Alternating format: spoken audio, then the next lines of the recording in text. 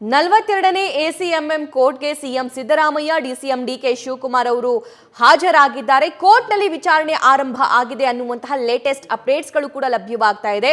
2019ರಿಂದ 2023ರ ತನಕ ರಾಜ್ಯದಲ್ಲಿ ಬಿಜೆಪಿ ಸರ್ಕಾರ ಇತ್ತು.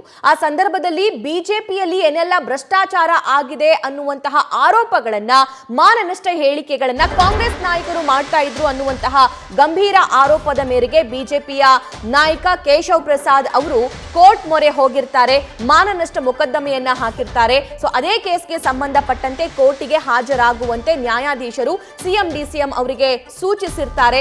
ಅದರಂತೆ ಇವತ್ತು ಸಿಎಂ ಡಿಸಿಎಂ ಇಬ್ರು ಕೂಡ ಕೋರ್ಟಿಗೆ ಹಾಜರಾಗಿದ್ದಾರೆ. ನ್ಯಾಯಾಧೀಶ ಕೆಎನ್ ಶಿವಕುಮಾರ್ ಅವರ ಮುಂದೆ ಸಿಎಂ ಸಿದ್ದರಾಮಯ್ಯ ಡಿಸಿಎಂ ಡಿಕೆ ಶಿವಕುಮಾರ್ ಅವರು ಹಾಜರಾಗಿದ್ದಾರೆ. ಸಿಎಂ ಡಿಸಿಎಂ ಆಗಮನದ ಹಿನ್ನೆಲೆಯಲ್ಲಿ ಕೋರ್ಟ್ ಬಳಿ ಬಿಗಿ ಭದ್ರತೆಯನ್ನ ಕೈಗೊಳ್ಳಲಾಗಿದೆ. ಇದು ಸಹಜ. ಜನಪ್ರತಿನಿಧಿಗಳು, ಪೊಲಿಟಿಷಿಯನ್ಸ್ ಬೇರೆ ಬೇರೆ ಕೇಸ್ಗಳಲ್ಲಿ ಕೋರ್ಟ್ಗೆ ಹೋಗೋದು, ನ್ಯಾಯಾಧೀಶರ ಮುಂದೆ ನಿಂತ್ಕೊಳ್ಳೋದು, ಆ ವಿಚಾರಣೆಯನ್ನ ಆಲಿಸೋದು ಅಥವಾ ತಾವು ತಪ್ಪಿತಸ್ಥರಲ್ಲ ಅನ್ನೋದನ್ನ ಹೇಳೋದು, ಇದೆಲ್ಲವೂ ಕೂಡ ಕಾಮನ್. ಆದ್ರೆ ಒಂದು ರಾಜ್ಯದ ಸಿಎಂ ಹಾಗೂ ಡಿಸಿಎಂ ಆಗಿ ಜನಪ್ರತಿನಿಧಿಗಳ ವಿಶೇಷ ನ್ಯಾಯಾಲಯಕ್ಕೆ ಹೋಗಿ ಅಲ್ಲಿ ನ್ಯಾಯಾಧೀಶರ ಮುಂದೆ ನಿಂತ್ಕೊಂಡಿರೋದು ತುಂಬಾನೇ ವಿಶೇಷ ಅಂತ ಅನ್ಸುತ್ತೆ. ಇಬ್ಬರು ಡಿಸಿಪಿ ಹಾಗೂ 50ಕ್ಕೂ ಹೆಚ್ಚು ಪೊಲೀಸರನ್ನ ಅಲ್ಲಿ ನಿಯೋಜಿಸಲಾಗಿದೆ. ಸಿಎಂ ಡಿಸಿಎಂ ಬಳಿ ಅವ್ರು ಹೋಗ್ತಾ ಇದ್ದಂತೆ ವಕೀಲರು ಕೂಡ ಅವ್ರನ್ನ ಮುತ್ತಿಕೊಂಡ್ರು ಅನ್ನುವಂತ ಮಾಹಿತಿ ಬರ್ತಾ ಇದೆ.